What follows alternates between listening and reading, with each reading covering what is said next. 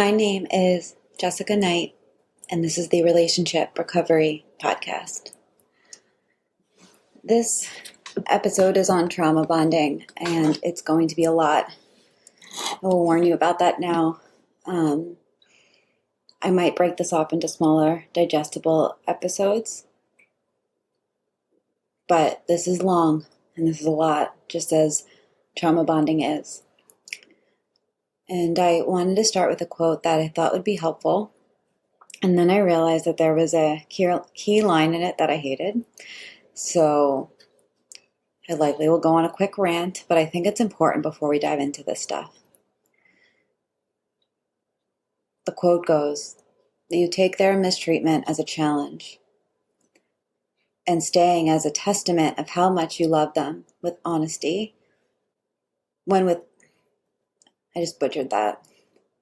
You take their mistreatment as a challenge and staying as a testament of how much you love them, when honestly, it's just proof that you don't love yourself enough to walk away from someone who has already abandoned you." The part of that really resonates with the trauma bond is the first part. You take their mistreatment as a challenge and staying as a testament of how much you love them. The second half is the part I have an issue with. You don't love yourself enough to walk away. That's not true. That's not the issue. I hate the rhetoric on self-love. I hate the narrative of you have to love yourself before you can have anything or do anything or heal anything or love anybody. Children like me who grew up in a home where it was normal for a parent to tell you that what you think or what you believe means nothing, that you will be nothing or have nothing or do nothing. They don't know how to love themselves. Every time they had a moment of confidence, they were told they were wrong. This either resonates for you or you find this to be alien. There really is no in between. As a kid, I felt like I was taught that trusting what I think was false, almost as if my thoughts were not real because it was so dominating to be told how crappy of a person I was. My sense of self was based on information from the outside world, while, getting nothing but invalidation of positive feelings.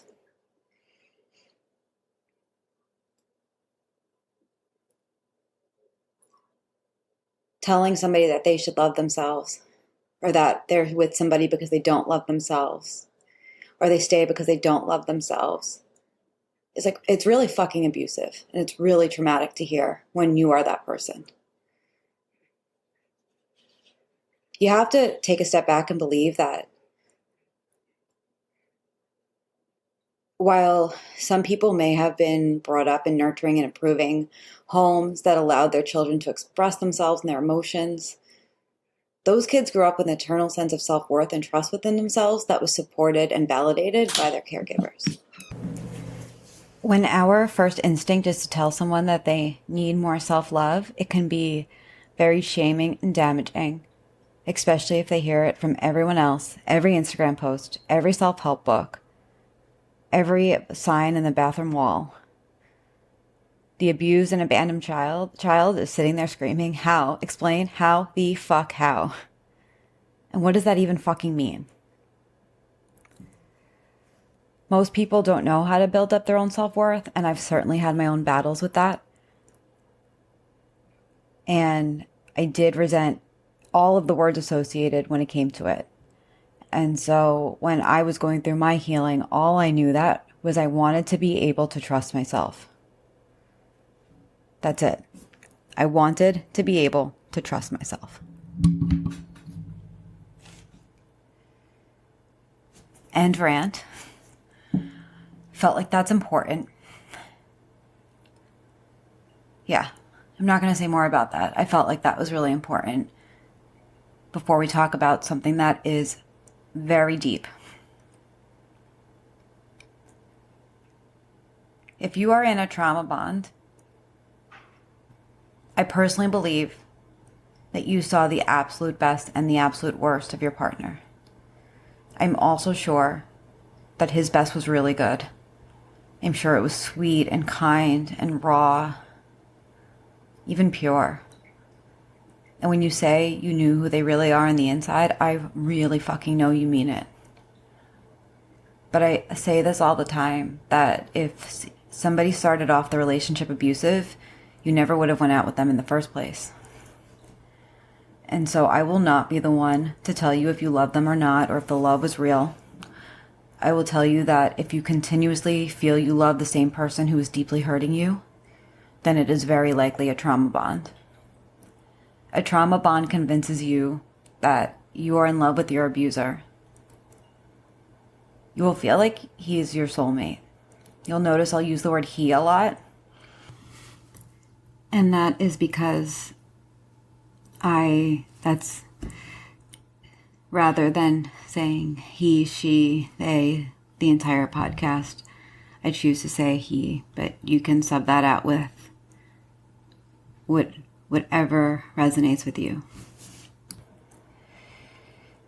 But you will feel like he is your soulmate, that the mistreatment maybe isn't that bad, that you know the real him, that he really loves you despite his mistreatment, that he means his apologies, and that when he says he's trying to change, he is, and you actually are not noticing any change he's made.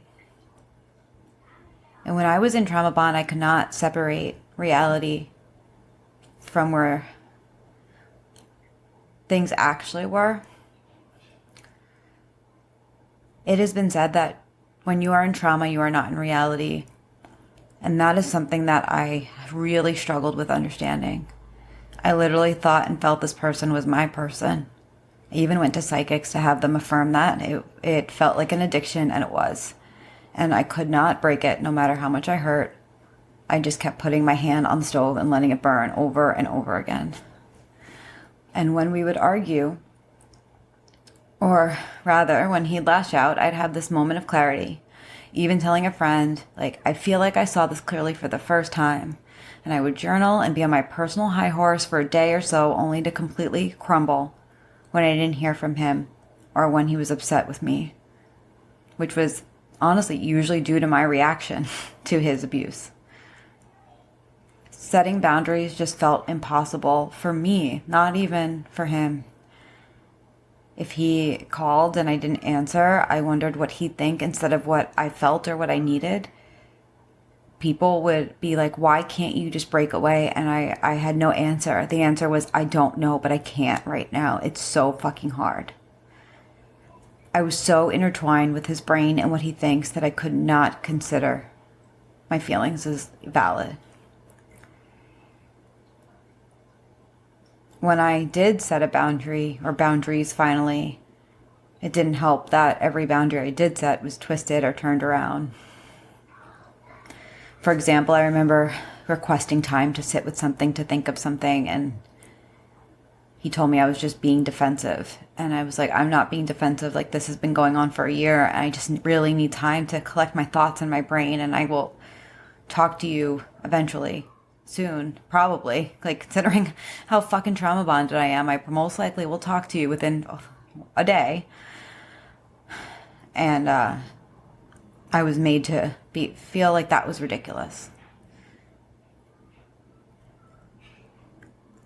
The term trauma bond was coined by a counselor by the name of Patrick Carnes, and it's defined as the misuse of fear, excitement, sexual feelings, and sexual physiology to entangle another person. But in simple terms, it really means that traumatic bonding is a strong and emotional attachment between an abused person and his or her abuser, formed as a result of the cycle of violence.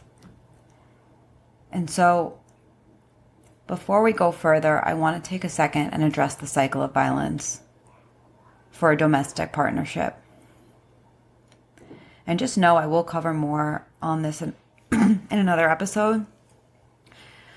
And I also will post a link to a blog on the cycle of violence in the show notes, because it is really complicated, and this is just a very quick overview. So It starts with the tension building phase, and you feel like you are walking on eggshells, and it just starts to feel like at any moment they may pop, that you could do something wrong. And then it goes to the incident phase, where the abuse actually happens, where you have a period of feeling all of the feelings that come with an abusive incident. It could, in most cases that I work with, and most cases that I've experienced in romantic relationships at least, has been emotional. So you're stuck in the confusion and you're stuck in all this shit. And then it's followed by the reconciliation period, where they're apologetic. They love you. They didn't mean it. And then there's finally this little calm period. And that's what you become addicted to. Because during this time, you may feel, or due to things that happen in the relationship, you may think that you didn't remember the abuse correctly, or that it wasn't that bad, or it's calm now, I can take a breath, I can't handle it right now.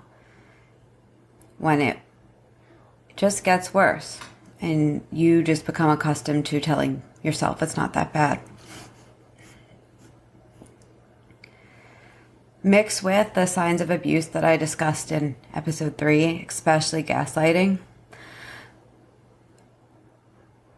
we question our own experience and our own sanity.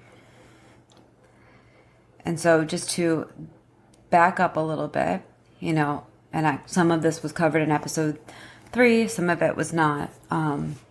It will all be covered eventually, but like I said, this is going to be a long one. There are 7 stages to trauma bonding. 1, love bombing. That's when you're just showered with affection. You're told that you're their soulmate. They might say, I love you very quickly. You're the best woman I've ever met. Nobody's ever been like you. I've never felt this way before. All of those things. 2 is trust and dependency. When you learn to trust and depend on them for things maybe you didn't depend on them before, or depend on anybody before. Like feeling safe with your anxiety. They may tell you, you can talk to me about that. I'll be here for you. Being able to share intimate details of your life, or ask for help for things that you probably did by yourself. Devaluing is when your emotions and your feelings and your thoughts matter less than theirs. This is usually a really slow and painful process. It's almost like the slow drip coffee of just slowly over time, things that matter to you start to be devalued. I'd pay special attention to how you actually feel about things. Gaslighting is number 4, which is discussed pretty in depth in the last episode. I do believe my next episode will be on gaslighting. It's the being told that your memory and your thoughts are wrong. That's the most simplest version of it. It usually leads to self-gaslighting, where you too are telling yourself that your thoughts and memories are wrong. And then control is number 5. And this could be very overt in the ways in which that somebody could tell you what to do and where you should be and who you can hang out with and why you shouldn't hang out with them. And consequences if you do any of those things. It also could be very covert, in which you don't even realize sometimes that you are doing things to keep the peace in the relationship. Maybe you don't talk to somebody because you know they're going to be upset. You possibly don't bring something up that upsets you because you know it's going to have a reaction. You may edit your behavior severely to prevent a lash out from the other side. There's a lot of ways in which control takes place, which leads to number 6, the loss of self, the loss of you, the loss of who you are. Your friends may tell you something like, I don't even know who you are anymore. You may feel like, I don't even know who I am anymore. It's the loss of who you are as you know it. And this is usually pretty painful, because as you reach this loss of self, you feel like, I just want to feel like a person again, but I can't. And I can't in this relationship, and I can't imagine not being in this relationship. But it's killing me, and I'm still here. Which is 7 leads to 7, which is the addiction. And this is very painful. It's extremely painful to be addicted to the hot and cold cycle, to be addicted to these small breadcrumbs of love that you may receive, or a text that you may receive, or he finally listened, he finally heard you, you finally had a conversation, you felt like you made some ground. You're addicted to that. You're addicted to the feeling of calm because you're caught in this cycle. And that rush, that hormonal rush that you get when you can finally breathe, it is addicting. And that's why they say a trauma bond is an addiction. There was one book I read, I don't remember the name of it, but they mentioned that it could be as addictive as heroin because of the rush that you get as a result.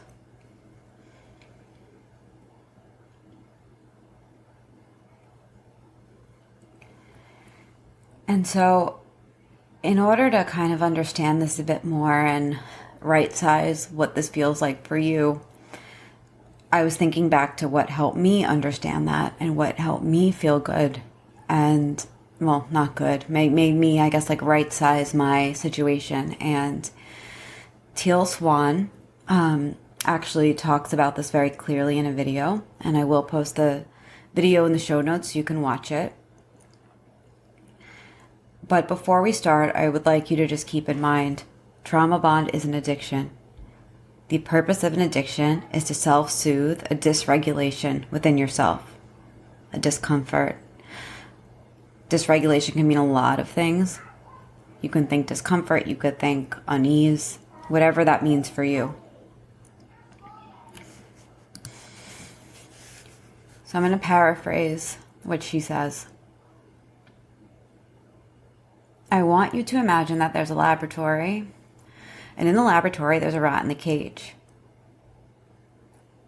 The scientists in the lab are studying the behavior. In one corner of the rat cage there's a little lever. Every time that rat pushes on the lever, a pellet of food comes out. Needless to say, the rat is preoccupied with pushing the lever and getting the pellets that come out every time he pushes the lever. So the scientists wonder what will happen if they remove the pellets. The rat pushes on the lever and eventually realizes it's not going to yield any pellets. So he soon loses interest with the lever and preoccupies himself with other things. What these experiments had in common is that there was a predictable pattern in terms of expectation. This is called conscious reinforcement. In the first experiment, the pattern was I push the lever and expect a pellet to come out. In the second, the pattern was I'll push the lever and expect nothing to come out. So the scientists start to wonder what will happen if they make the pattern unpredictable. What happens if sometimes, but unpredictably, when the rat pushes the lever, a pellet comes out, and sometimes it doesn't.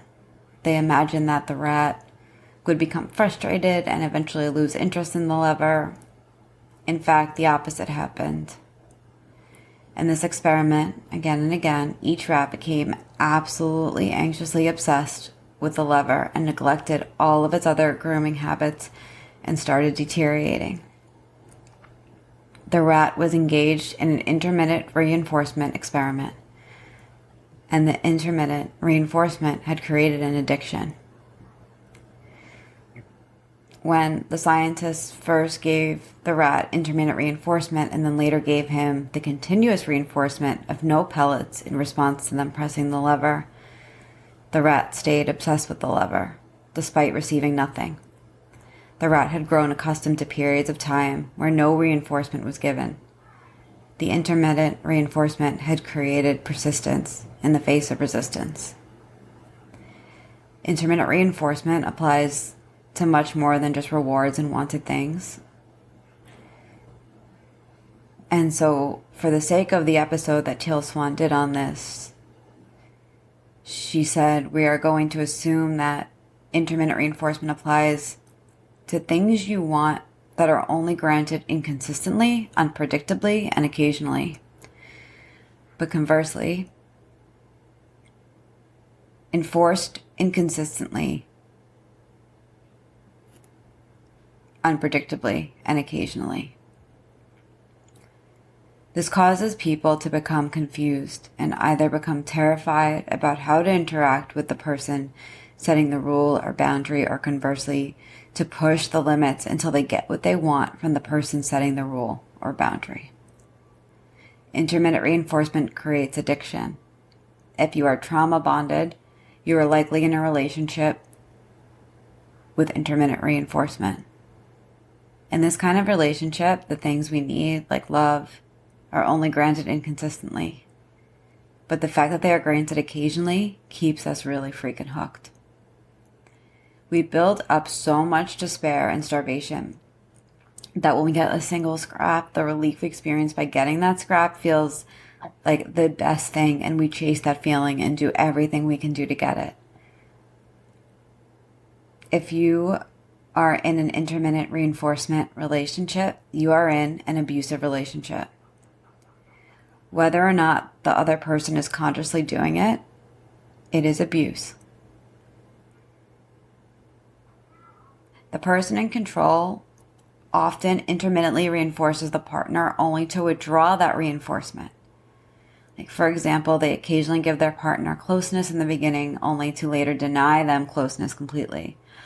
Despite this complete withdrawal of reinforcement, the partner stays and persistently tries to get closeness because they've already grown accustomed to periods of starvation and have been trained that occasionally they do in fact get the closest they want.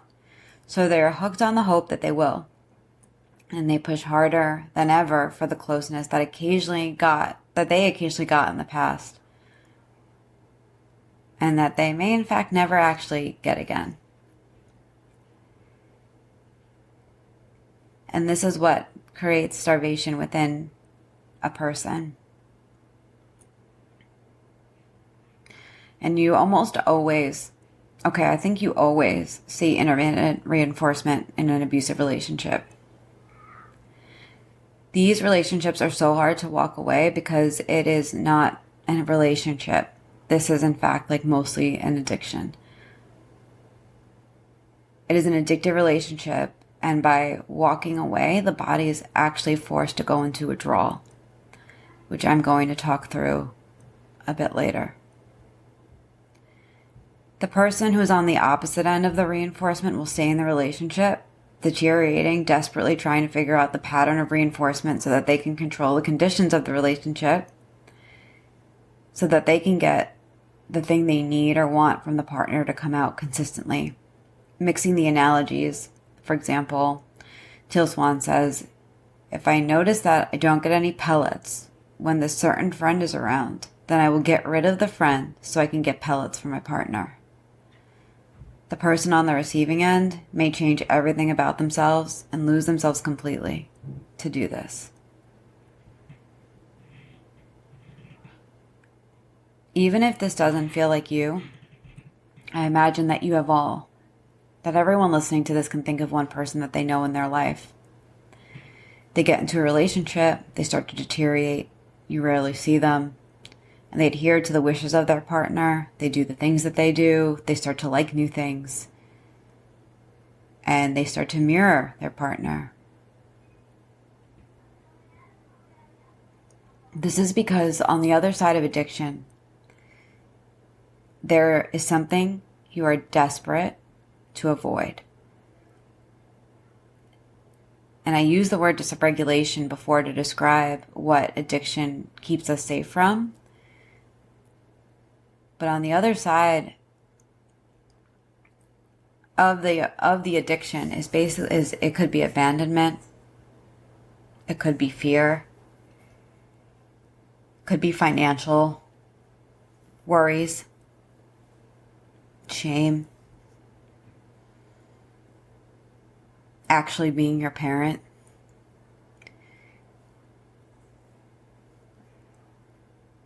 You stay addicted and you can't let go because letting go means falling back into what you are desperate to avoid.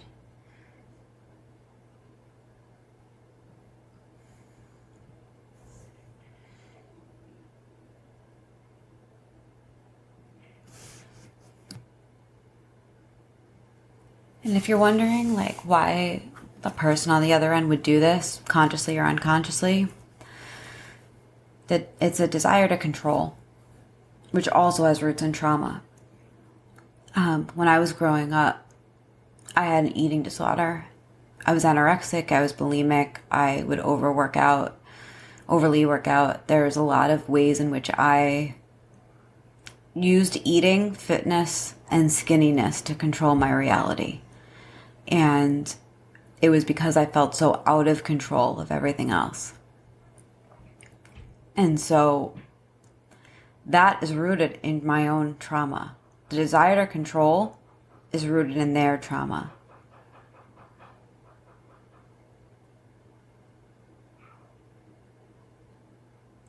I've seen a lot of people who are trauma bonded fall into a codependent pattern thinking that they can heal the other person. But that's not your job. You will not be able to. Go to episode 2 and listen to that. And you'll start to understand why.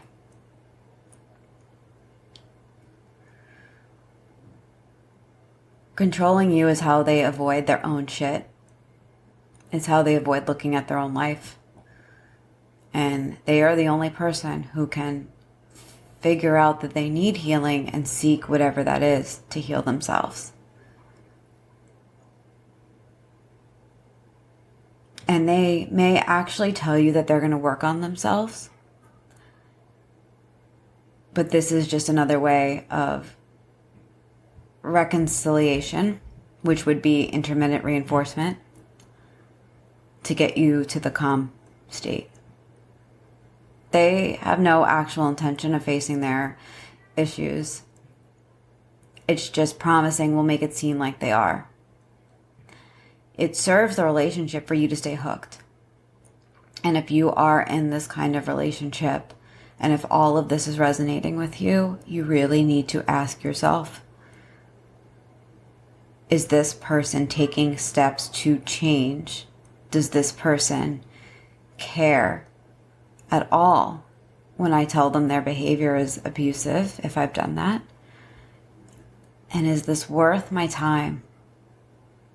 If it's going to take years for them to change, for this to stop, is it worth the time?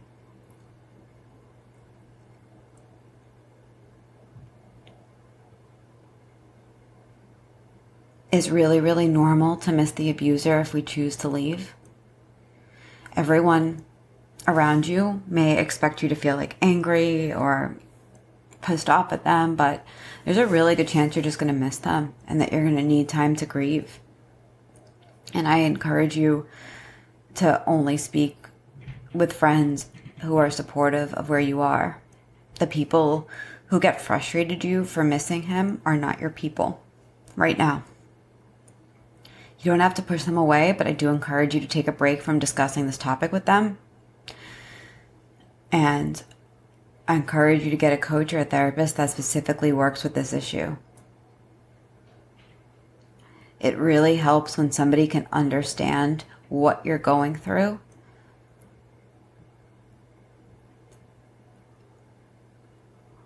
And you will need to carve out space to do that. So, how do you heal? Or how do you start to heal? The first answer I'm going to give you is time. Time is the answer that nobody wants to hear, and it's certainly the answer I didn't want to hear. But the truth is that it's going to take time for you to deactivate. It's going to take time for you to calm down. It's going to take time for your body to regulate. It's likely going to feel like you're going through a drug withdrawal. When I was going through this, I remember feeling really, really fucking tired. I also got sick. I had flu-like symptoms for 3 weeks. I lost my voice more than once. I had no energy and I felt super depressed. And I had actually forgotten that I learned that I would feel that way months before. And then when I finally went through it, I also realized I wasn't working less during this time to take care of myself. I was working more. And I had to just pause. I had to be with myself with where I was. You are going to need to release it. You are going to need to cry it out. Which is why I also recommend you get support, which is number 2. Not all your friends are going to be helpful.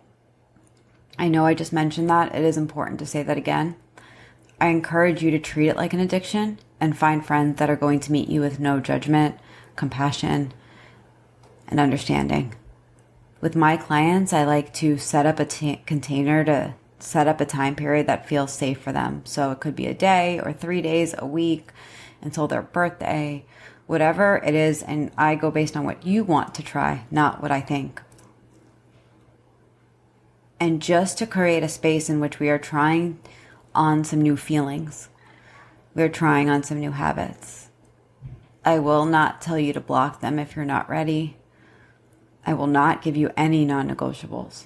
My goal will be to help keep you safe emotionally and make suggestions based on where you are and based on what I know of emotional abuse and narcissism. And you may spend a few sessions with me or with somebody else feeling like you're rambling or that you're not processing.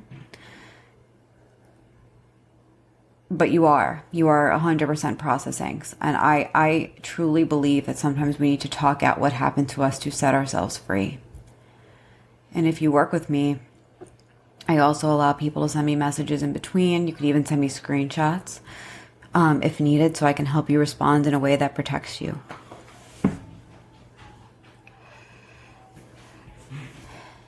Three, you are going to need support in some way, and I encourage you to lean on social media. There are some really good groups out there that can help you on Facebook. And if you email me at jessica@jessicaknightcoaching.com or go to jessicaknightcoaching.com and use the contact form and just say, can you send me the Facebook group link? I'll send it back to you. It's a private group, so you won't be able to find it. But there are a few out there, and if I have enough interest, I'll make one for just my people or people that listen to this podcast. But there are groups out there, and I can make a few suggestions. Sometimes it's really validating to see somebody saying the exact words you'd say. There's also tons of resources on YouTube, like Dr. Ramini, and TikTok that can help immensely.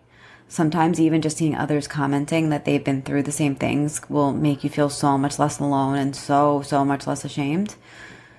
I remember feeling like I carried so much shame for how long I stayed, and understanding that others felt the exact same that I did allowed me to help set myself free, because it didn't feel like I was alone. I felt in community.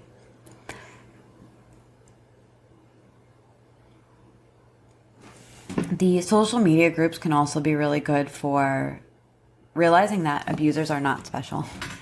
They did not have something unique and irreplaceable. Your relationship wasn't unique and irreplaceable. They're all the same. They all use the same MO. They all display the same patterns of behavior. They all have the same deficiencies, and you can knock them off the pedestal that they're on, especially at the peak of the addiction, and remind yourself of reality.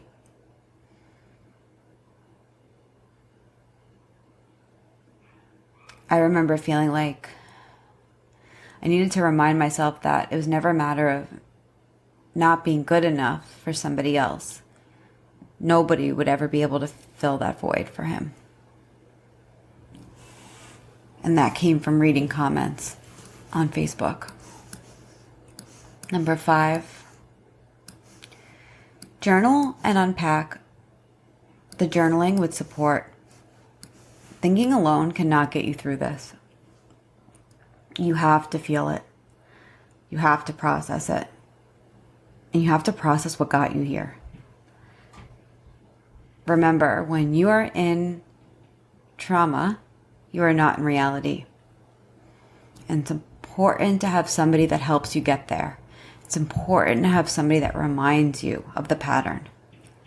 You can write it out. You can use bullet points. You can scribble down. You can write down thoughts. I don't care how you journal.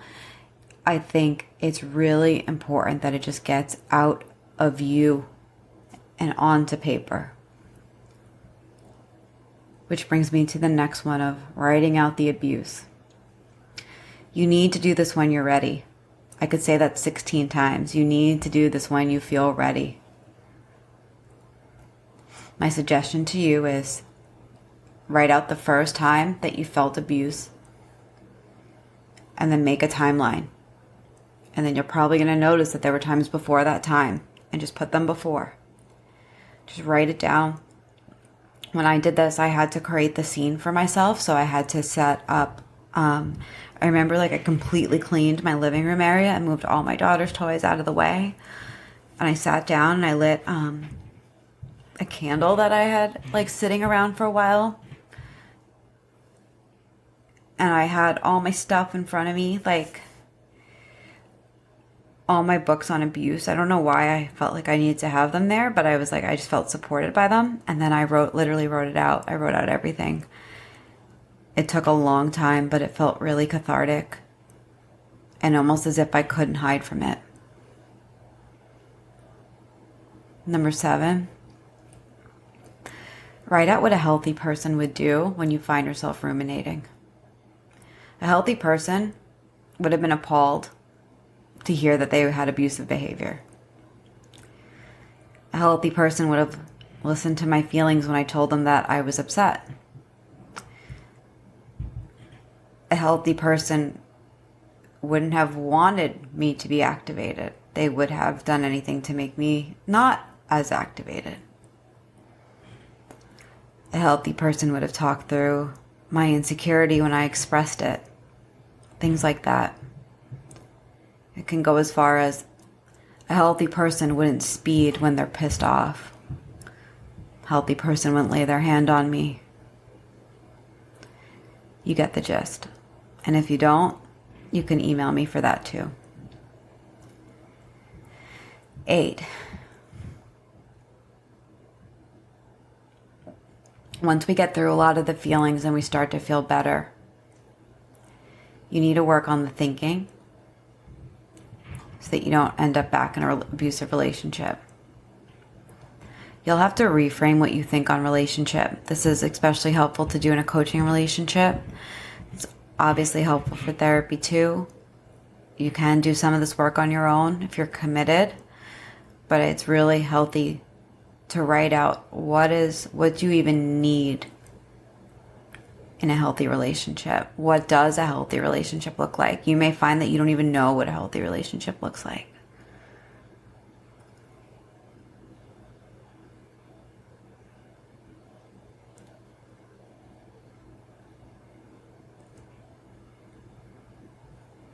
And so I'm actually going to leave this there. I know that this was a longer one. I thank you for sticking with it. I hope this explains a bit more about what a trauma bond is and what you could be feeling. I'll be honest and say that this feels incomplete to me. I don't know what about it feels incomplete exactly, but I'm sure it will come to me and I'll be able to do another episode on it. But if you need resources on anything that I said, you can feel free to reach out to me.